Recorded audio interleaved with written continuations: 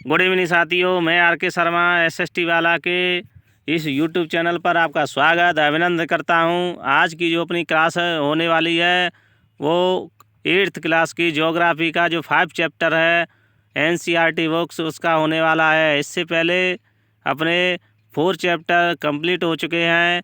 मेहनत के आगे किस्मत की इतनी औकात नहीं है कि वो आपके सपनों को पूरा ना होने दे। अर्थात कहते हैं कि मेहनत करने वाले जितना छोड़ देते हैं उतना ही किस्मत के भरोसे रहने वालों को मिलता है। आप मेहनत करिए, सफलता निश्चित है, हम तुम्हारे साथ हैं। अगले अपना जो टॉपिक है चैप्टर नंबर 5 मानव संसाधन। संसाधनों को 2 रूप में वर्गीकृत किया जाता है। नंबर 1 प्राकृतिक संसाधन और नंबर 2 मानव संसाधन। प्राकृतिक संसाधन वो होते हैं जो प्रकृति के द्वारा हमें निःशुल्क दिए जाते हैं, जल, वायु, मृदा। और मानव संसाधन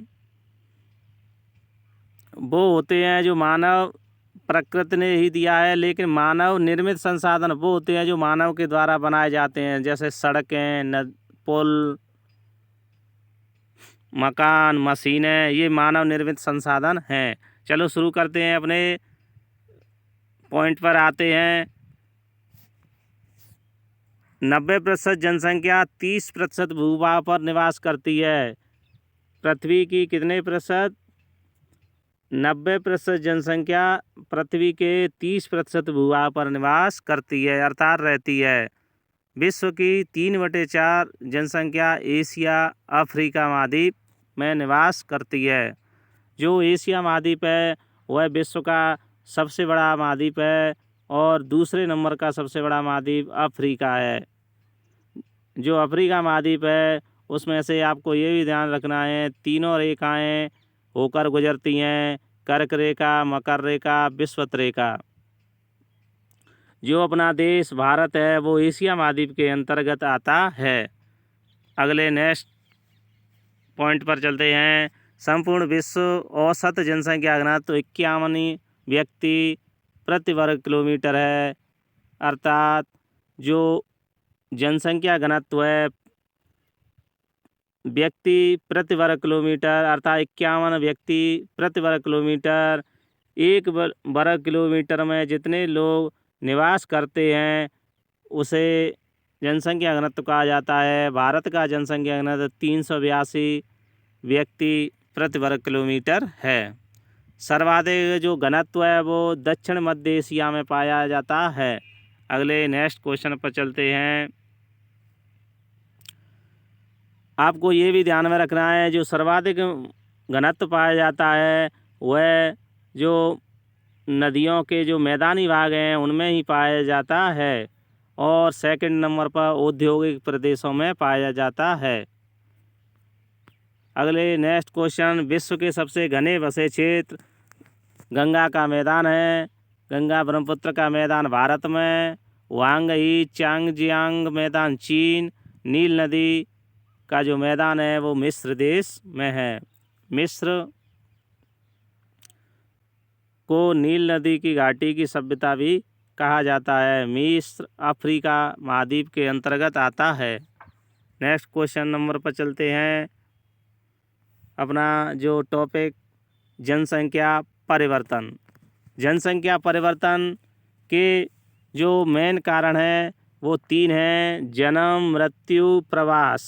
प्रवास को पुनः 3 भागों में वर्गीकृत किया गया है, उत्प्रवास, आप्रवास। जो एनसीईआरटी बुक में मुख्य बिंदु दिए गए हैं वही यहाँ पर मेंशन किए गए हैं।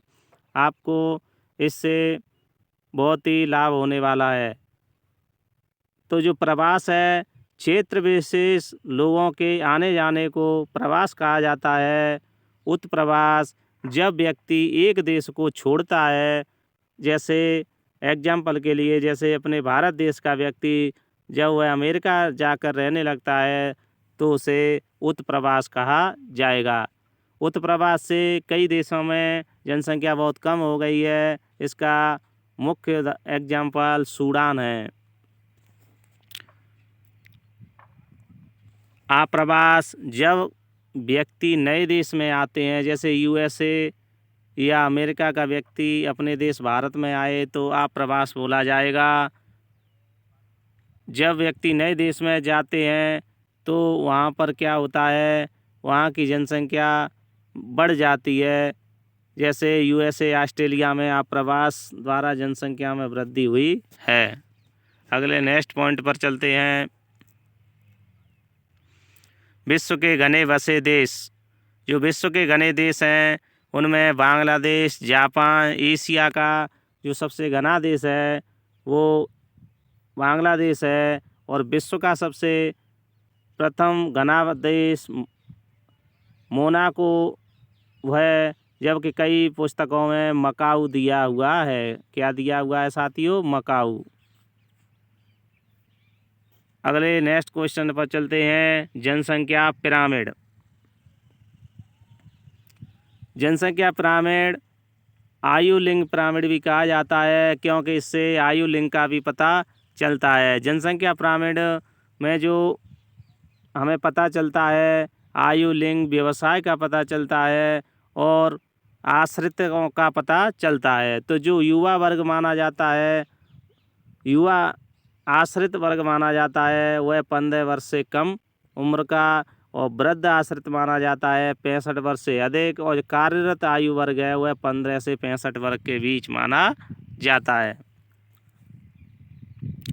अगला जो नीचे जो मैप दिया है वर्ल्ड मैप, इसे हम समझते हैं। आप वैसे तो आशा है कि समझते जानते ही होंगे। और हम देखते हैं ये अपना दक्षिण अमेरिका महाद्वीप है और ये अफ्रीका महाद्वीप है। इधर ये एशिया महाद्वीप है और इधर उत्तरी अमेरिका महाद्वीप है। और ये आपको दिखाई दे रहा है ये ऑस्ट्रेलिया महाद्वीप है। इस तरह आपको ये मानचित्र दिखाई दे रहा होगा। तो हम यहाँ देखते हैं ये अपनी ये विषुवत रेखा है, ये कर्क रेखा है और ये मकर रेखा है। तो आपको दिखाई दे रहा है ये तीनों अफ्रीका महाद्वीप से गुजर रही हैं। आप बताएं यहाँ पर क्या कौन सी संधि है? यहाँ पर आपको दिखाई दे रहा है उत्तरी अमेरिका ऊपर और नीचे दक्षिणी अमेरिका। तो जो एक संधि स्थल संधि थी और इस जल संधि द्वारा नहर द्वारा जोड़ा गया है। कौन सी नहर है? यहाँ पर पनामा नहर स्थित है। तो आशा है साथियों आपकी समझ में ये आया होगा। और जो इसमें मानचित्र में दिया गया है उच्च घने हुए प्राकृतिक वृद्धि दर, जिन क्षेत्रों में वार्षिक प्राकृतिक वृद्धि दर ज़्यादा पाई जाती है उन्हें गहरे नीले रंग से दर्शाया गया है। यहाँ पर जो अति उच्च प्राकृतिक वृद्धि की वार्षिक दर है वो अफ्रीका महाद्वीप और ये दिखाई दे रहा है भारत के कुछ हिस्सों में स्थित है।